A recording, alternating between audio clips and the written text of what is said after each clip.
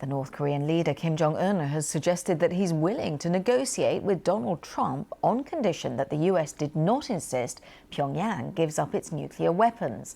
It's the first time Mr. Kim has said that he's prepared to talk since negotiations between the two leaders broke down in 2019. It comes as South Korea's President Myung has told the BBC that he'd accept a deal with North Korea under which Pyongyang would freeze nuclear weapon production for now, rather than get rid of them altogether.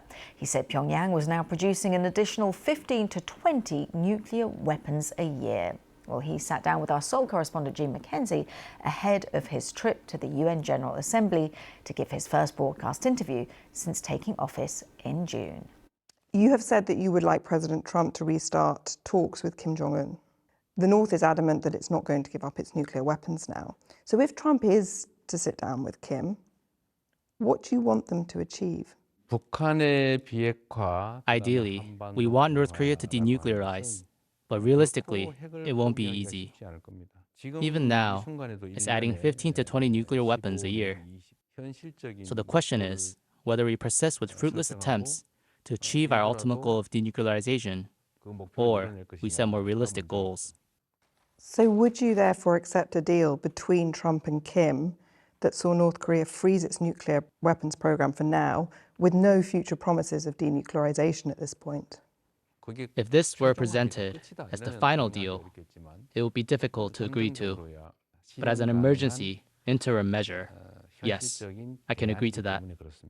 We saw China's military parade earlier this month. Xi Jinping welcoming Kim Jong-un alongside Vladimir Putin. No mention, no criticism of North Korea's nuclear weapons. What did you make of this? Seeing China, Russia, and North Korea becoming so close is clearly not desirable for us. The world is increasingly dividing into two camps, and South Korea is positioned right on the border. But these camps cannot completely shut their doors, so we can position ourselves in the middle.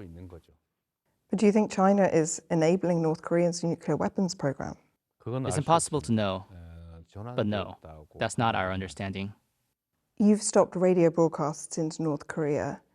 These were one of the very few ways that North Koreans could get information from outside the country.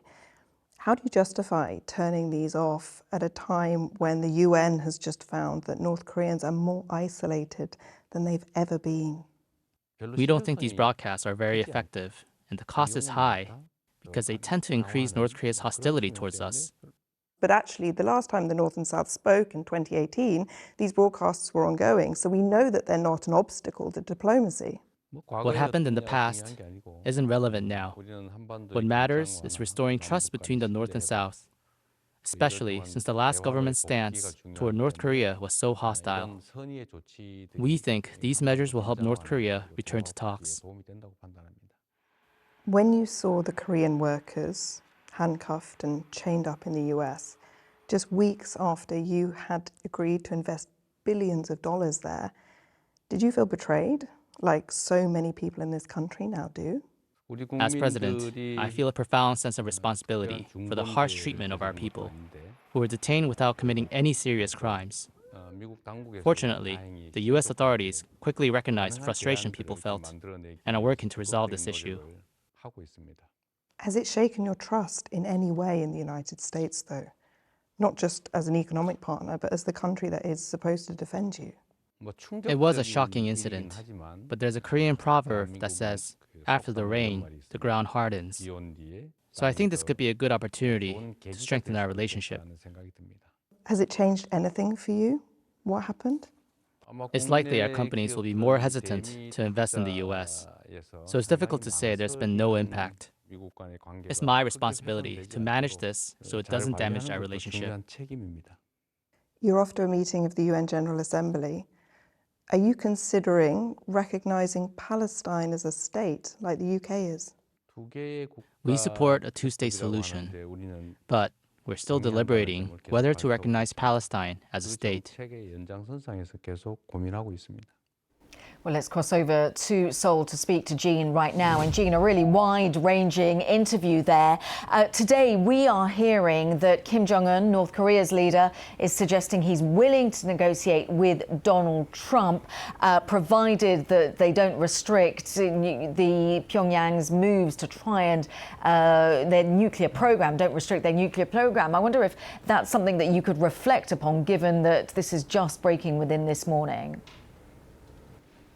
This is really interesting to hear this out of Pyongyang this morning, actually, particularly within the context of the interview that we have just done with the South Korean president.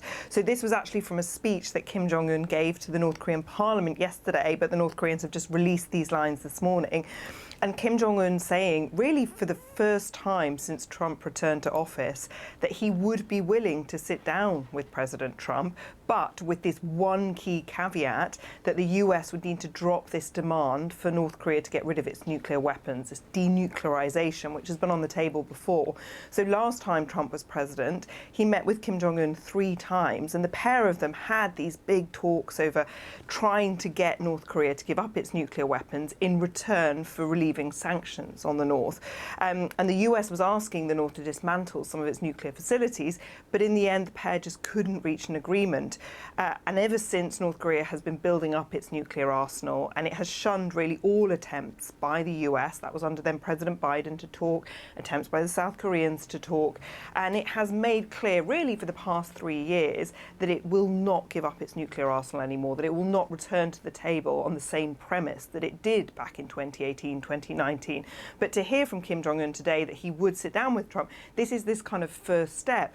But now really the ball is in Trump's court. Since he came back to office, we've heard Trump talk about Kim Jong-un a few times. It seems that he is interested in meeting the leader again, in talking to him, that he feels that there's some unfinished business. But whether he would be able to sit down with him and the US side would agree to sit down with Kim Jong-un on this condition that North Korea is not going to give up its nuclear weapons, well, that is now the big question. And that's what we really wanted to put to the South Korean president when we spoke to him, because it is clear that the North doesn't want to give up its nuclear weapons. So we were asking, look, if Trump and Kim sit down and they were to agree a deal that didn't see North Korea denuclearise, that saw North Korea freeze its nuclear program, could you accept that? And actually he said, look, yes, I could, but as a first step, because this is an emergency situation and North Korea is adding 15 to 20 nuclear weapons a year.